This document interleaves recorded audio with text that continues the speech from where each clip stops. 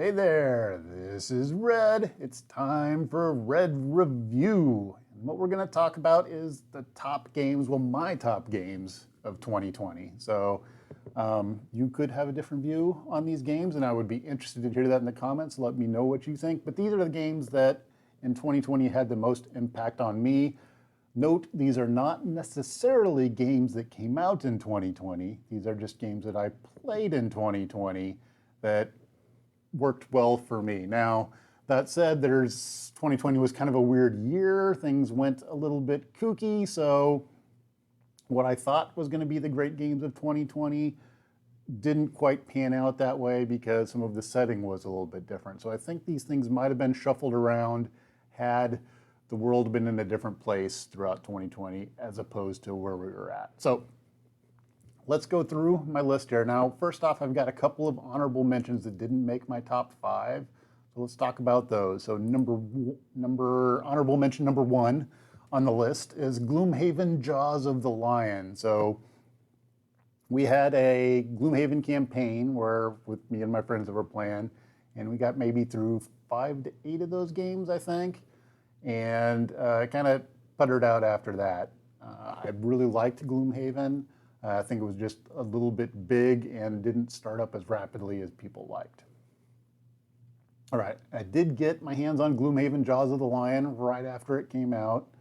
And I've played, I think I did 5 on camera and maybe 3 or 4 plays off camera. And I really like this game. The smaller set makes it easier to get out and get to the board.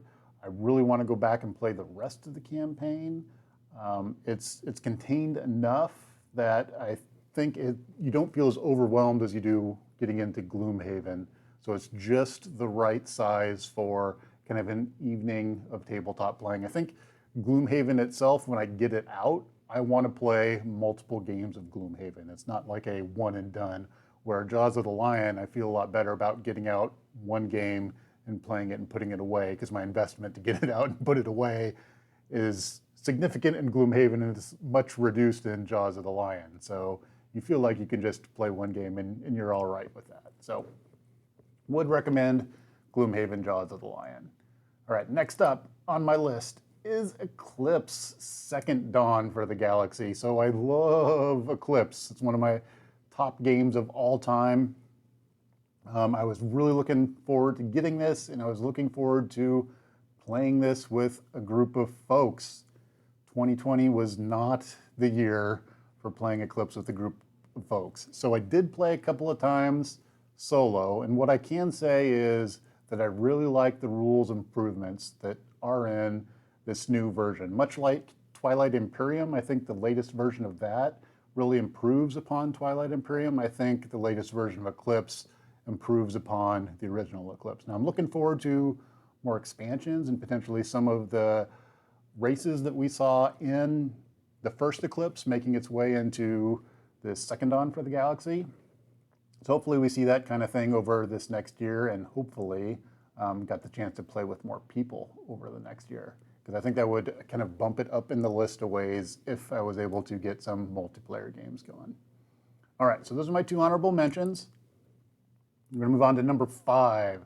So number 5 in my list is legendary James Bond 007. So I did not do a playthrough on camera of the James Bond version of this.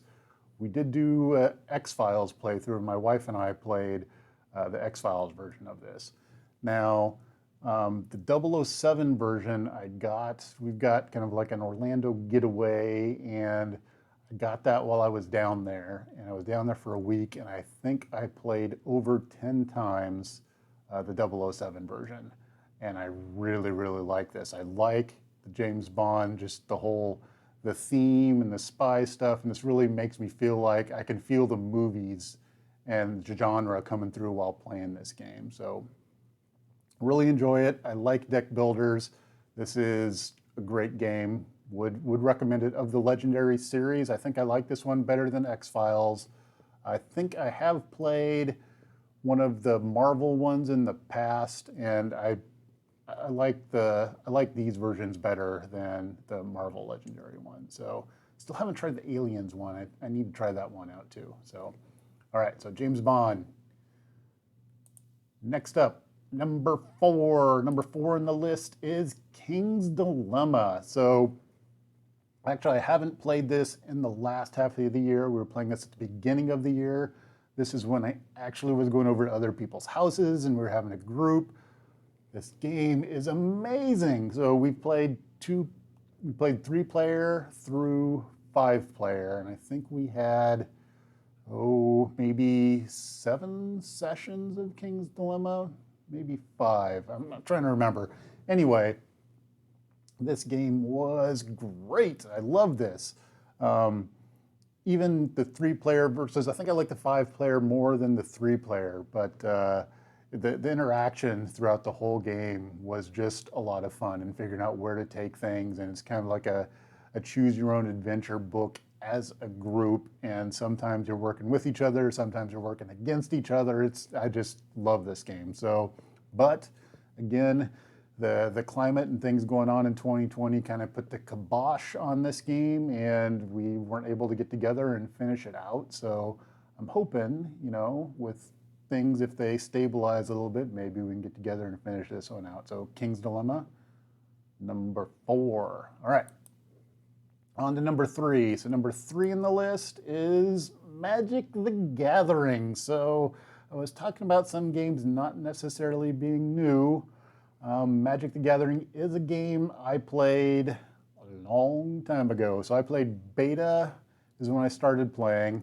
And that was like, ooh, basilisk, holy cow, look what that does. That's a mean animal. Crawlworm is massive. That was a long time ago. And then like Arabians came out, and there was some stuff that was added on.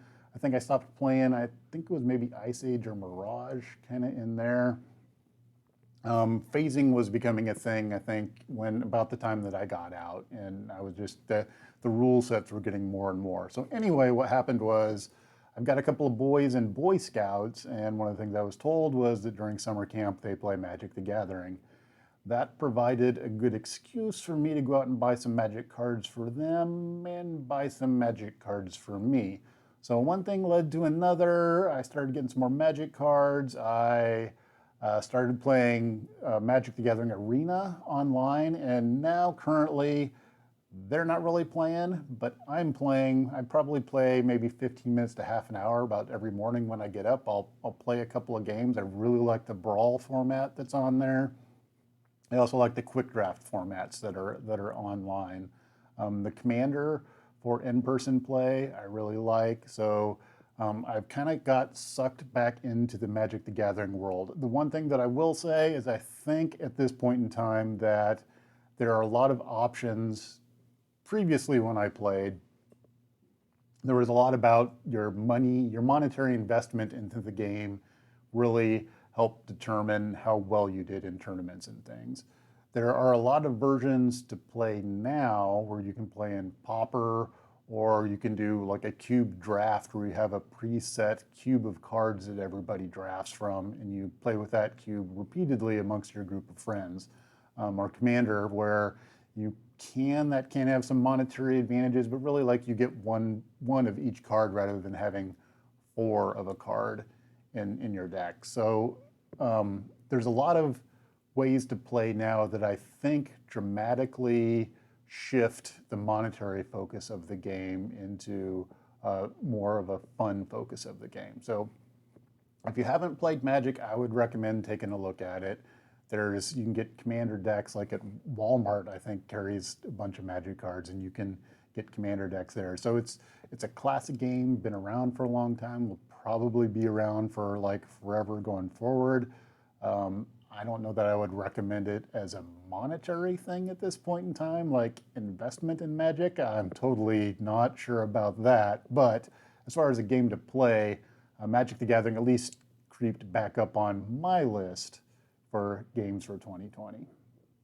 The online aspect of that greatly attributed to that too. All right, so next up in my list, number 2 is Dune Imperium. So I just picked this up recently. I've done a couple of playthroughs online, like I set up, one playthrough thus far online. I've played probably half a dozen times at this point, and I really like this game. I am excited to see this game in multiplayer. I like the solo version is what I've been playing so far. I'm really looking forward to having some folks over and playing because I love the intrigue card aspect of this game. And the variable build is also really nice. So I think this game's going to be really good in multiplayer. It's good solo. I haven't played it two-player yet, and I think in 3 and 4-player it's really going to shine. So I highly recommend Dune Imperium. It's my number 2 on my list for this year. So and it hasn't been out that long, but really liking it. I would recommend you pick this one up if you haven't already. All right, so number 1 is probably not going to be a surprise for people that have like actually watched videos on my channel. So number 1 is Marvel Champions. So looking through my number of plays, I probably have a play per day on average throughout the year for Marvel Champions. Now, I actually started my channel, I started recording videos last year right after Christmas. I don't think I picked up Marvel Champions until into January. And I have to say the core set, when I got it, I liked the core set and the playthrough. It seemed after a little while that got a little bit dry, and picking up more heroes really helped enhance the set. And at $15 for a pack, and you can get them cheaper if you're watching online. The additional cards and the additional heroes really help enhance the game. There is a whole lot of replayability out of the base set, and then on top of that is the ability to scale the game. So there are times like my most recent videos where I'm playing the core Spider-Man deck that just as it comes right out of the box, along with the first Rhino deck, which those are fun, fast, easy plays. So not a whole lot of thinking, a whole lot of getting in there and just doing stuff. With that said, you can take the game and take it to heroic, where you pull out like the stage expert is the stage 2 and 3 rather than the 1 and 2 villain. So you ramp the villain up in difficulty. And then heroic, he gets extra encounter cards. You can go in and do deck construction to make the deck the way that you want it. So the game has a good ability to go where you want it to go. So it can be a quick, fast, not really think about a whole lot, beat the villain up or get beat up by the villain really quick. Or you can go into a, hey, I really want to think about how I'm going to make this villain tough, and then what cards do I put in my deck, and work on constructing a deck to take that villain on. So this game's got a lot of breadth to it, and it goes really deep. Also, the community is great. There's a couple of Discord servers out there for Marvel Champions. All of the creators on YouTube that talk Marvel Champions, there's a wealth of information out there on that. Websites dedicated to it. It's just a fantastic community around Marvel Champions. So I would highly suggest this game.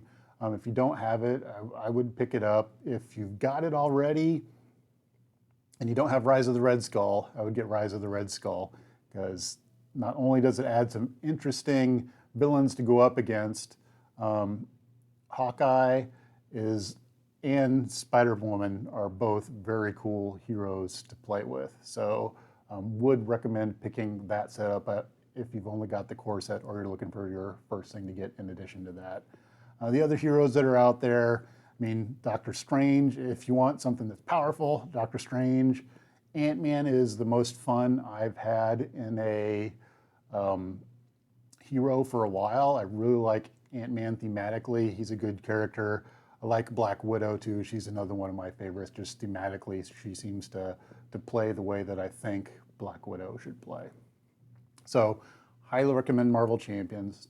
Highly recommend a lot of the sets that are coming out there for it. And I think the game's going to be going on for a while, so there's lots of good content. There's been some leaks out there for some things that look like they're planning very far into the future. So I think this game has legs, is going to be around for a while. Also, if you want to pimp your game, there's a whole lot of ways to get additional like counters, boards, all sorts of things, because there's enough people playing it.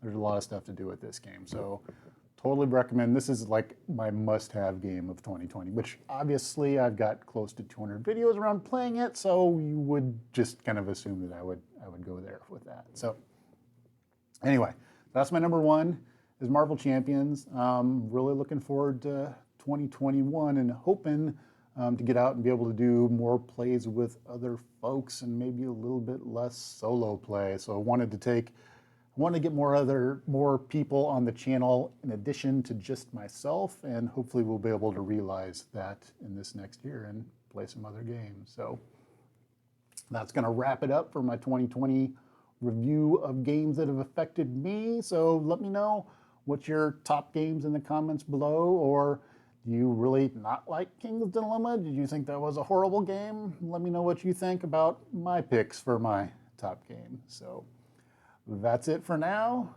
Take care in 2021, and thanks for watching.